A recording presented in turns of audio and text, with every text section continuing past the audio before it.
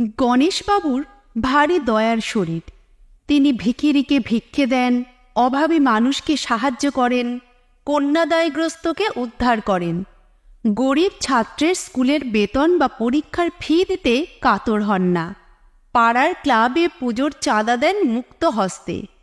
শুধু তাই নয়, তিনি সকালে উঠে নিজের হাতে কাকপক্ষীদের ডাকাডাকি করে আটার নাড়ু আর দানা খাওয়ান। রাস্তার কুকুরদের দেন মাছের কাঁটা মেশানো ভাত, বেড়ালকে ভুক্তাবশেষ দুধ। কত আর বলা যাবে, বললে শেষ হয় না।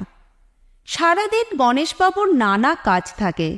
বিরাট তাঁর ব্যবসা, মস্ত ফলাও কারবার। বেশ একটু রাত করেই ফেরেন তিনি। তারপর কিছুক্ষণ বুক ডন বৈঠকে দিয়ে একটু ব্যায়াম করেন। তারপর পোষা বাঁদরকে কলা খাওয়ান, স্নান করেন, চারটি খান। রাত 12টায় যখন শুতে যান, তখন তার বুড়ি পিসির ঘুম ভাঙে। ঘুম ভাঙার দোষও নেই, 90 বছরের পিসি সেই 7 বেলা থেকেই ঘুমন। রাত 12টায় তার ঘুম হয়ে যায়, তখন ডাকাডাকি করতে থাকেন। বলি, ও গনসা, এছিস? এসেছি পিসি। খাবি না? খেয়েছি, এবার তবে ঘুমো। ঘুমোচ্ছি। বলি, ও গনসা, এছিস? এসেছি পিসি। খাবি না? খেয়েছি, এবার তবে ঘুমো। ঘুমোচ্ছি। বলি, ও গনসা। এরকম কিছুক্ষণ চলার পর বুড়ি দাসী দামুর মা উঠে ধমক দেয়। বলি, হচ্ছেটা কি গো দিদি? এক কথা কবার জিজ্ঞেস করতে হয়? বাবু এছে, খেয়েছে, ঘুমিয়েছে, এবার তুমি ঘুমাও তো। ঘুম কি আর আসে রে বাছা? যা শীত পড়েছে, হাড় কালি হয়ে গেল। তোমার মাথাটাই গেছে দিদি। জ্যৈষ্ঠের গরমে আমরা হাঁপাচ্ছি, আর ওর এখন শীত লাগতে লেগেছে। গিরিশি নাকি? তাই বল, জ্যৈষ্ঠী মাস। আমি কি আর অত শত বুঝতে পারি বাছা? তা কথা তো একই, গ্রীষ্মেতেও কষ্ট, শীতেও কষ্ট।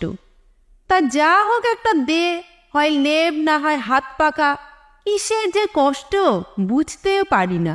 তা সেবার বট ঠাকুর গ্রীষ্মকালে যা একখানা কাঁঠাল এনেছিল না ষষ্ঠীতলা থেকে, দামুর মা উঠে পান আর দোক্তা মুখে দিয়ে ঝাঁটা গাছ তুলে নিয়ে বলে, ঘুমের তো দফা রফা করলে, তা আমিও তাহলে বেহান বেলার কাজ মাঝরাত্রিরেই সেরে রাখি, ঝাঁটপাট দিয়ে ফেলি এই বেলা।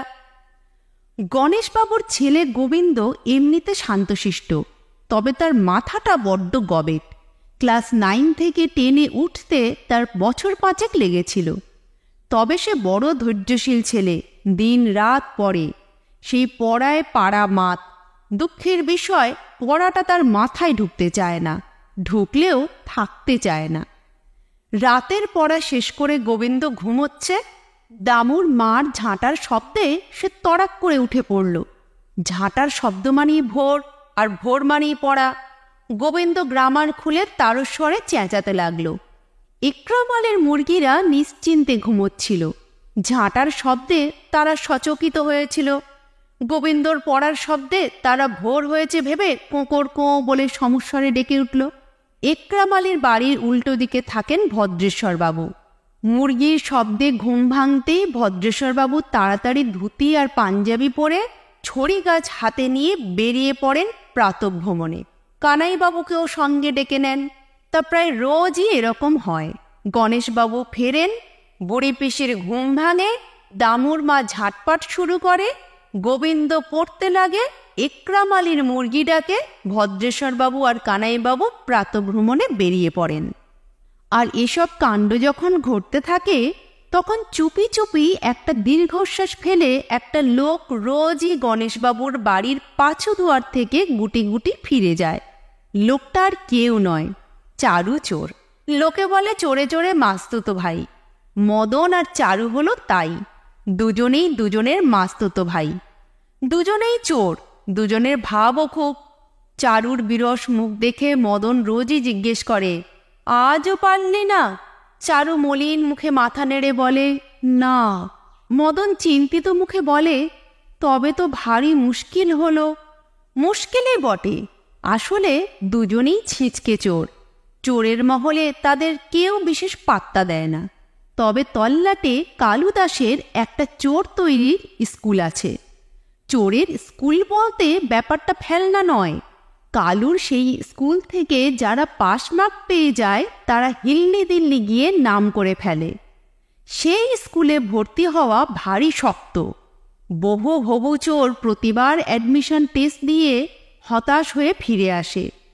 মদন আর চারু গত 2 বছর ধরেও চেষ্টা করে পেরে ওঠেনি। এবারও কালুর হুকুম হয়েছে, মদনকে মল্লিক বাড়ি থেকে আর চারুকে গণেশবাবুর বাড়ি থেকে চুরি করে এলেম দেখাতে হবে, তবে ভর্তি। হাড়কিপ্টে গগন মল্লিকের বাড়িতে চুরি করাটাও শক্ত কাজ ছিল। তবে মদনের কপাল ভালো। গগন মল্লিকের 125 বছর বয়সী ঠাকুমা হঠাৎ পট করে মরে যাওয়ায় বাড়িতে তেমন পাহারা ছিল না। মদন সেই ডামাডোলে ঘরে ঢুকে চুরি করে পালায়। কিন্তু ফেঁসে গেছে চারু। মদন বলল, উপায় তো একটা করতেই হচ্ছে। 2 ভাই একসঙ্গে কালুর স্কুলে চুরি শিখতে না পারলে আর মজাটা কি? ঠিক আছে, আজ রাতে আমিও তোর সঙ্গে থাকব। তবে কথাটা কালু জানতে পারলে দুজনকেই বাদ দিয়ে দেবে। তো তাই ঠিক হলো।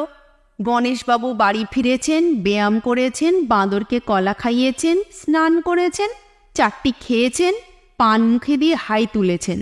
ওদিকে পিসিরও ঘুম ভেঙেছে। বলি, ও গণেশা, এসেছিস? এসেছি। খাবি না? খেয়েছি, এবার তবে ঘুমো। ঘুমোচ্ছি।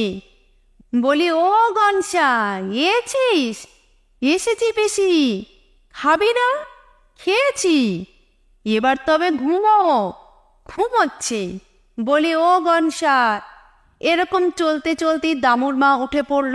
শীত গ্রীষ্ম নিয়ে কথা হলো। তারপর দামুর মা রাগ করে ঝাটপাট শুরু করে দিল। গোবিন্দ উঠে পড়তে বসে গেল। একরাম আলীর মুরগি ডাকতে শুরু করলো। ভদ্রেশ্বরবাবু বেরিয়ে কানাইবাবুকে ডাকাডাকি করতে লাগলেন। বলি, ও কানাইবাবু, আর দেরি করলে যে বেলা হয়ে যাবে, সূর্যি যে উঠে পড়ল বলে। গোটা পাড়াটাই বলতে গেলে মাঝরাত্রিরে জেগে উঠল। এই অবস্থায় চুরি করা বা পালানো দুই বিপজ্জনক।